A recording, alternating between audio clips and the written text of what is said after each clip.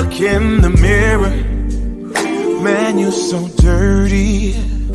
Yeah, you look so dirty. You were never worthy. Lately, it's you. Welcome to the Jeremy Hill Show. If you're easily triggered, leave now because this is not the show for you. Now, what I'm going to be talking to you about right now is how modern women, black women in particular, are, in my most humble opinion, broken and, traumatized and broken. I guess the best way to say damaged goods. That's what I'm looking for. Damaged goods. And we're going to cover that and some of the things that makes them damaged goods. Okay? So hold on one second as I put this on y'all's screen. Y'all hope y'all having a good day today. 1 second as I get it on now. Let's get it. Hi, guys. The majority of women out here were never taught what a good man looks like. They were never shown the true blueprint and inner workings of a good man. A lot of women didn't grow up with strong, positive role models, so it makes it damn near impossible for them to actually be able to identify one. A lot of this has to do with the female liberation movements that sold them lies. The feminist movement got their mothers, and the Me Too movement got them. They have little to no personal examples of good men. So they seek out society and social media to teach them what a good man looks like and what a good man actually is. And what does social media do and society? They glorify the exact opposite of a good man. And these women fall for the trap because that's all they have to go off of. They get fed images of violence, arrogance, and womanizers as the ideal of manliness. They're shown men who are valued for their wealth and physical strength rather than their integrity and masculinity. Right there. That's right. Now, I agree with her a lot. Why? Because a lot of the daughters don't have any teaching. It's come down to teaching. And all these images that she's describing is factual. Whenever you think of a man, most time in today's age, he got to be violent. He don't take nobody's trash. He got to be cool. He can't be a square. Because a square is lame, and a square cannot protect or provide, which is the dumbest thing that anyone can say. A lot of men have changed their ways. I was talking about this with Dunn. Let me tell you something. A lot of us used to be gangbangers, used to be drug dealers, used to be all kinds and all sorts of people. But then we woke up and decided to change our ways. And for some reason, today's woman believes that if you don't participate in wicked things, then you are soft, you're weak, you're not worth the time. Now, let me tell you something to you youngsters out there. The people that can really put something on you, if y'all fight, are going to be the men and the women from the ages of 35 and up. What do I mean by that? Like I said, some of these people come from bad lifestyle, from bad neighborhoods, and they change their ways. Some of the most ruthless people with their hands or people who have reformed themselves. And I'm going to tell you something else. You're not strong as you think you are. It's hard for a person to resist the temptation to go back to the streets, especially when they have left those streets to become a law-abiding citizen. You feel torn within that first year or so, okay? You don't know to go right or left. And those people right there are not to be fooled with. And unfortunately, that's not what these women are being taught. They're being taught that you should go after them Pookie, Ray Ray, and Nook Nook that is actively messing up. They didn't have no examples of what a good man is because their mama was a side chick. Their mama was just a baby mama. Their mama was just a single parent raising them. And their mama had no type of decorum or anything like that. So they're not being fed positive images of men. So they only devour and consume the negative images of men and think that's how all men are supposed to behave. And that's the type of men that they should be with. That's why they're always getting into relationships with the wrong type of men, because they're actually taught that bad men are the ones that they should pursue, not the man who's trying to go to Job Corps, go to the military, or do good with his life. They teach them how to desire negativity. So when you come along leading by example of what a good man actually is and what it really entails is foreign to them, and they go into fight or flight mode. The bad thing about going into fight or flight mode is that most people choose to flee instead of fight because it's easier to run away and avoid unfamiliar and uncomfortable situations instead of confronting them head on. By simply existing and being yourself as a good man, you're introducing her to a world that's so far removed from her reality and every single thing that she's been conditioned to believe. Her initial response is confusion, and then her second response is to reject it. I agree. When you take a woman who thinks, see, this is what she's right. Women don't want to be treated like crap, but they're used to being treated like crap. So when they get with a man who doesn't treat them like that, they are confused. They don't feel comfortable. When women come from a toxic household, their mom and daddy or whatever they come from growing up, and it's always been chaos, a lot of people yelling and screaming, a lot of arguments, that's all they know. Was they get a peaceful man. They don't know how to deal with peace, so they got to start a little toxic shit to feel comfortable because they are toxic and they have not gotten any type of therapy or any type of help to try to work out these issues, so they got to try to start something with you. And once they see that it's bothering you, once they begin to see that if they're not controlling you, they're not trying to make you, well, they are trying to control you, mold you into a toxic person. But what I'm trying to say is some of them do have a heart.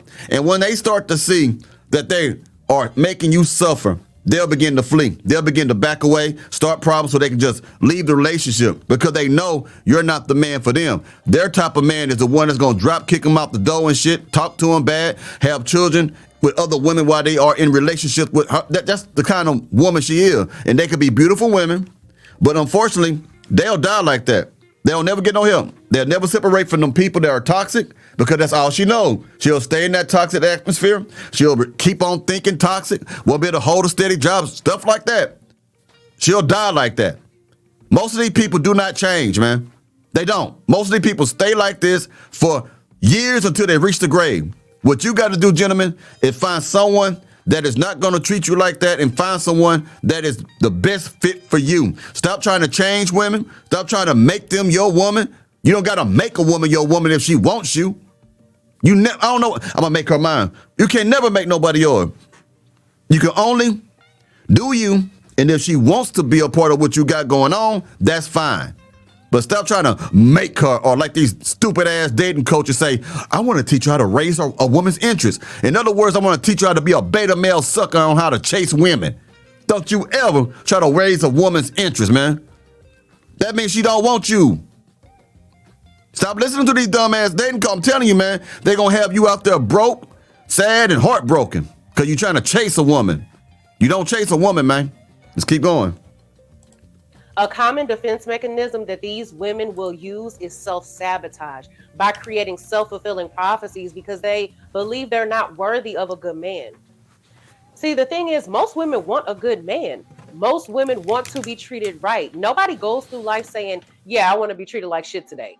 But if that's what you're used to and what you're familiar with, then you start to equate it to love. I've literally had women come to me and say that a man doesn't love them if he doesn't hit them because they equate physical violence to love. I was told that by my daddy before when I was a young man or a teenager, that a woman told him that same thing before, that they want to get whooped. That lets them know that the man loves them. You get what I'm saying? These women are so damaged, man, that they think bad is good and good is bad. That's why they don't want good men. They look at good men as if they are bad men because they want to be peaceful and stay out that BS that they be involved in. But they look at the bad man like the Pookie Ray Ray Nook Nook like that's the best thing since white bread because that's what they're used to. You cannot change a ghetto asshole. You cannot change a musty back heifer. You cannot change them. The only one that can change them is them. And if you're a religious person, the only one that can change them is God in them. That's it. You can't do nothing for them. All you can do is put pipe in them and move on. It's just your turn when you with them and you keep on. And that woman going to keep walking in that destructive path. She going to keep on sleeping with people. She going to get STD. She going to get pregnant and stuff. And she going to stay there because she's comfortable. You could become comfortable with misery. They say misery loves company. You're going to be miserable and say you're not happy about it, but you're extremely comfortable with it because once you get into a peaceful environment, you feel weird. You need some misery. You need some toxic. You need some tea. You need some gossip. You need something to get you riled up because you're comfortable with being a miserable person. They equate jealousy to love. They equate control to love because this is all they've known. At the end of the day, these are all the same, though. They're trauma responses. And depending on who you are and what type of person you are, You might feel the urge to step in and save her or prove how much of a good man you are to her. Never do that. Never try to step in and save a woman. Never try to step in and show her how the world could be if she's with you. There's nothing you can do about it. She can't comprehend that. Don't you gotta understand? They are so damaged that they cannot comprehend goodness, okay? They cannot comprehend kindness. They understand that you're doing kind things, but they cannot understand kindness and to an extent in selflessness and sacrifice and putting someone else first sometimes and, stuff. They can't comprehend that because they're selfish and they've never been treated like that. And if you get one of these women who have been through that since they were like 10 years old, 12 years old, teenagers, they're done. They are through. It is over. Finito. They have to get help. You cannot help them. Even though you love them, even though you care about them, there ain't shit you can do about making them like you enough or love you enough to stay with you and to treat you the way you want to be treated. No man chases a woman. You find the one that's the best fit for you. And I'll only be looking for her. She most likely gonna pop up. All you gotta do is be productive and be the best version of yourself. And when that come along, you should be able to recognize it because the way she is and everything she does, it's gonna flow with what you're doing. Anytime there's some resistance, that's not the one for you. Save her or prove how much of a good man you are to her in an effort to show her how things could be with you.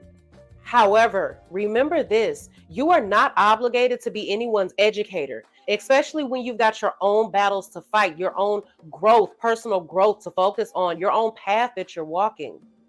Staying true to who you are unapologetically, focusing on your future, bettering yourself, and leveling up in life, these are your tasks at hand.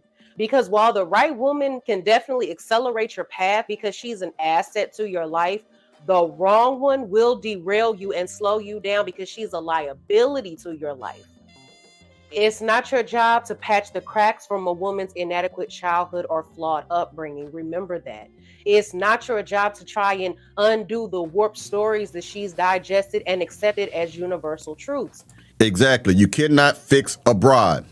I don't know why I'm talking about this so much, but you cannot fix a woman, man. And like she said, those messed up, warped stories that she's accepted, that's a belief now.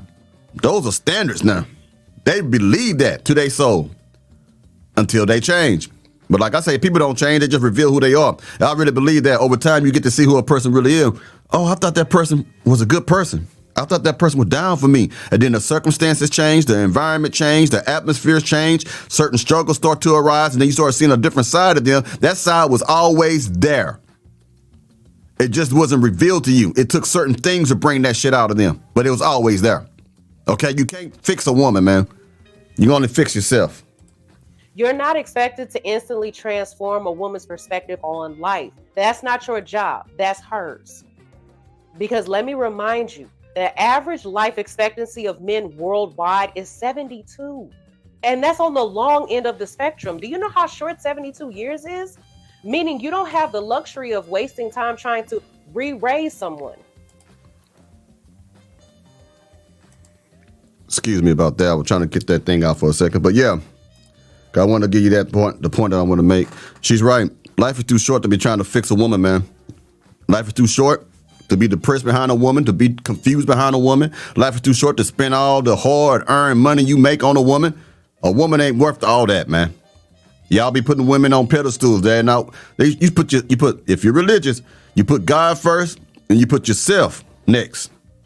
Okay? If you're not, well, I'll say you should be, but if you're not, you never put a woman on the pedestal. You never put a woman in front of you. You put you in front of you. You been with you all your life. And then somebody comes in tomorrow and you change all the years of you being you just to accommodate somebody you met tomorrow who may leave you in 3 or 4 years. Now you done lost yourself chasing a musty back heifer. Anyway, you let me know what y'all think about this topic, man. I'll be talking to y'all pretty soon. Y'all take it easy now, you hear?